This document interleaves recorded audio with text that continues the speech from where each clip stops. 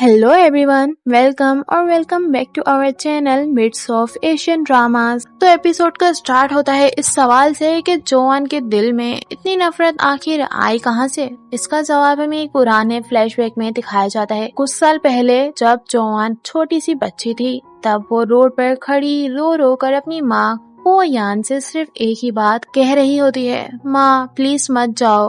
उसकी माँ क्वांगझो जाने की तैयारी कर चुकी होती है। छोटी सी जोआन रोते हुए पूछती है, क्या आप दोनों मुझे इसलिए छोड़ रहे हैं क्योंकि मैं अच्छी बेटी नहीं हूँ? ये सवाल किसी भी बच्चे के लिए बहुत दर्दनाक होता है, लेकिन गो यान के पास सिर्फ छोटी तसल्ली देने वाले लफ्ज होते हैं। वो कहती है कि फ्यूचर में उसके लिए बहुत ही प्यारे ड्रेसेस और टेस्टी खाना भेजेगी, लेकिन असल में वो सब कुछ छोड़कर एक आराम की जिंदगी जीने चली जाती है और छोटी सी जोआन को उसकी ग्रैंडमदर के भरोसे छोड़ देती है। यही वो जख्म था जो आज तक जोआन के दिल में जिंदा था, इसीलिए वो आज भी अपनी ग्रैंडमदर के ट्रीटमेंट के लिए किसी भी हद तक जाने को तैयार थी। प्रेजेंट में जोआन नए ट्यूशन स्टूडेंट्स ढूंढ रही होती है। इधर शीशा तो बिल्कुल ही किसी और टेंशन में उलझा हुआ होता है। मार्केट में मछली बेचने वाला आदमी यू अपनी शॉप बंद कर रहा होता है।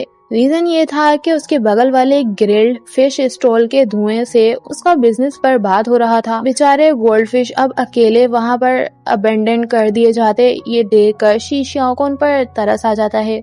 वो अपने दोस्त पिंग से कहता है कि डॉगी का पेट हाउस थोड़ी देर के लिए उधार ले आए। पिंग मजाक करता है कि डॉगी अपनी प्रॉपर्टी बचाने आ जाएगा, यानी कि वो अपना डॉगी हाउस नहीं देगा, लेकिन शीशा किसी की नहीं सुनता। वो सारी गोल्डफिश और उनके वाटर प्लांट्स भी खरीद लेता है ताकि उनकी जान बचा सके। ये सीन दिखाता है कि शरारती होने के बावजूद शीशियाओं का दिल बहुत ही सॉफ्ट है। अगले दिन स्कूल के गेट पर चेकिंग चल रही होती है। शीशियाओ को याद आता है कि जोआन ने उसे स्विमिंग पूल के पास मिलने को कहा था। शाम को दोनों अबेंडेंट स्विमिंग पूल के पास बड़े ट्री के नीचे मिलते हैं। यहाँ जोआन उसके सामने एक नई डील रखती है। उसने नोटिस किया था कि शीशियाओ एडवांस इंग्लिश बुक पढ़ रहा है, इसलिए वो कहती है अगर तुम फ्यूचर में अब्रॉड जाना चाहते हो तो मैं तुम्हारी स्टडी पार्टनर बन सकती हूँ, बदले में तुम मुझे ट्यूटरिंग फीस दे देना। लेकिन शीशियाओ को ये आइडिया बिल्कुल पसंद नहीं आता।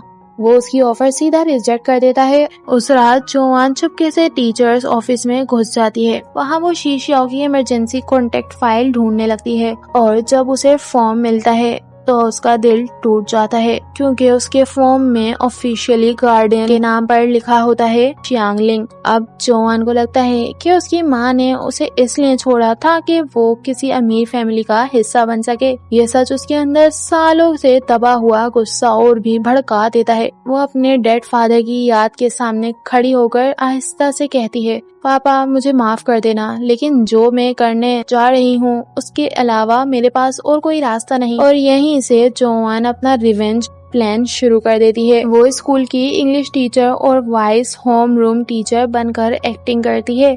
फिर च्यांगलिंग को फोन लगाती है। बड़े ही पोलाइटली वो पूछती है, अपकमिंग पेरेंट टीचर मीटिंग के लिए अभी तक किसी पेरेंट का कंफर्मेशन नहीं आया, क्या आप अटेंड करेंगी? च्यांगलिंग हैरान होकर पूछती है, आप लोगों के पास मेरा नंबर आया कहाँ से? लेकिन जोआन बिना हिचकिचाए झूठ बोल देती है, इमरजेंसी कॉन्टेक्ट फॉर्म से मिला है। फिर वो बड़े आराम से च्यांगलिंग को कन्विंस कर लेती है कि वो 25 तारीख को स्कूल जरूर आए और ये भी प्रॉमिस कर लेती है कि वो शीशियाओ को भी मना लेगी। और बाद में शीशियाओ जानबूझकर ट्यूटरिंग के लिए भी नहीं आता, लेकिन जोआन भी हार मानने वाली नहीं थी। वो उसे ढूंढते ढूंढते एक मोटरसाइकिल रिपेयर शॉप तक पहुँच जाती है, जहाँ शीशियाओ इवनिंग सेल्फ स्टडी बंक करके आर्केड गेम्स खेल रहा होता है। यहाँ जोआन उसे एक चैलेंज देती है, बेस्ट ऑफ 5 मैच खेलेंगे, अगर मैं सिर्फ एक राउंड भी जीत गई तो तुम्हें मेरी ट्यूटरिंग एक्सेप्ट करनी पड़ेगी। शीशियाओ हंस पड़ता है क्योंकि उसका नाम उस आर्केड के हाई स्कोर बोर्ड पर होता है, यानी कि वो तो गेम का मास्टर था। उसे पूरा यकीन होता है कि वो इजीली जीत जाएगा। लेकिन मैच के लास्ट राउंड में जोआन बड़ी ही स्मार्टनेस से अपने कंट्रोलर पर हल्की एक्सेसरीज लगा देती है। इस छोटी सी ट्रिक की वजह से उसका कंट्रोल और फास्ट हो जाता है और वो फाइनल राउंड जीत जाती है। अब शीशियाओ अपनी ही बात से फंस चुका था।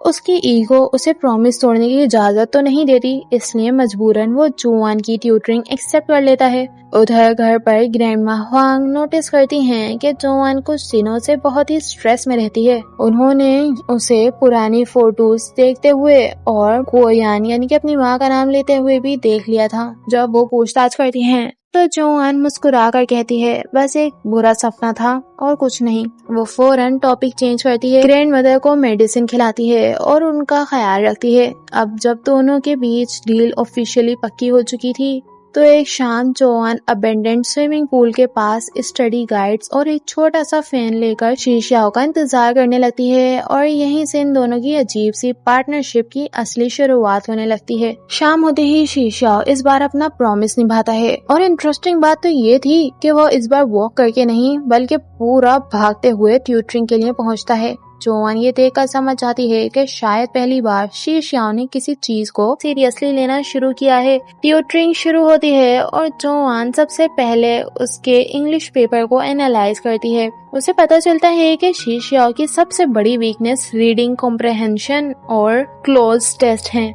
इसलिए वो स्टेप बाय स्टेप उसे ट्रिक और कॉन्सेप्ट समझाना शुरू करती है। पढ़ते पढ़ते जोआन अचानक उसे एक पर्सनल सवाल पूछ लेती है, तुम इतनी मेहनत करके अब्रॉड क्यों जाना चाहते हो? इस बार शीशाओ मजाक नहीं करता, वो सीधा जवाब दे देता है, मैं बस अपनी फैमिली के कंट्रोल से दूर भागना चाहता हूँ। उसके लिए फॉरेन जाना किसी ड्रीम यूनिवर्सिटी से ज्यादा एक नई और आजाद जिंदगी का रास्ता था। ये बात सुनकर जोआन उसे और अच्छी तरह समझने लगती है। दोनों डिसाइड करते हैं कि पेरेंट टीचर मीटिंग वाले दिन तक रेगुलर ट्यूटरिंग कंटिन्यू रहेगी। कुछ दिन बाद जोआन का गुजरना दोबारा यू की एक्वेरियम शॉप के पास से होता है। वहाँ का सीन देखकर उसका दिल भर आता है। जो गोल्डफिश पहले आराम से एक्वेरियम में तैर रही थीं, अब उन्हें अलग अलग छोटी छोटी प्लास्टिक बैग्स में बंद कर दिया गया था ताकि वो जल्दी बिक सकें। उन मछलियों को देखकर जोआन को अपनी ही जिंदगी याद आ जाती है, जैसे वो खुद भी मजबूरियों के एक छोटे से पिंजरे में कैद हो। इसी सिंपैथी की वजह से वो सारी गोल्डफिश एक साथ खरीद लेती है, लेकिन ये डिसीजन उसके लिए नई प्रॉब्लम बन जाता है। शाम को जब वो ट्यूटरिंग के लिए स्कूल पहुंचती है तो उसका बैकपैक पूरा गीला हो जाता है। असल में प्लास्टिक बैग्स रास्ते में लीक करने लग गए थे और पानी पूरे बैग में फैल गया था। जोआन बहुत ही परेशान होती है। उसे डर होता है कि अगर जल्दी कुछ ना किया गया तो मछलियां मर जाएंगी। ये देखकर शीशाओ बिना किए उसे स्कूल के एक पुराने और ब्रोकन केमिस्ट्री लैब में ले जाता है। उसे याद था कि वहाँ ग्लास के बीकर पड़े हुए हैं। दोनों जल्दी जल्दी गोल्ड फिश को प्लास्टिक बैग से निकाल कर बीकर शिफ्ट करना शुरू कर देते हैं। कुछ देर के लिए दोनों इतने बिजी हो जाते हैं कि उन्हें बाहर की कोई आवाज ही नहीं सुनाई देती, लेकिन तभी अचानक स्कूल के सिक्योरिटी गार्ड की जोर से चिल्लाने की आवाज आती है। कौन है वहाँ? सुनते ही दोनों के होश तो उड़ जाते हैं। शीशाओ फौरन जोआन का हाथ पकड़ता है और दोनों लैब से भागना शुरू कर देते हैं। अंधेरा था, पीछे सिक्योरिटी गार्ड उनका पीछा कर रहा था और दोनों स्कूल के सुनसान ग्राउंड में फुल स्पीड से भाग रहे थे। भागते भागते वो एक ऊंची लेच तक पहुंच जाते हैं। यहाँ आकर जोआन के कदम रुक जाते हैं। उसे बचपन से ही हाइट से बहुत डर लगता था।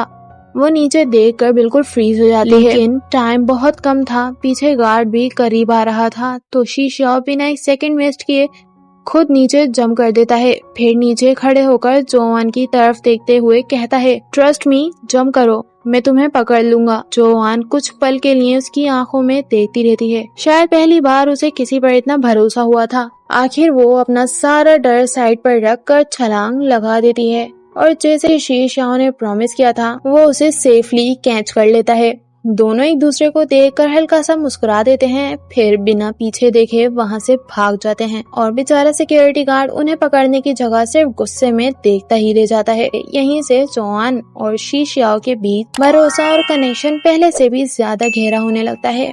और यहाँ पर ये एपिसोड खत्म हो जाता है। हम मिलेंगे इसके न्यू एपिसोड में। Till then good bye.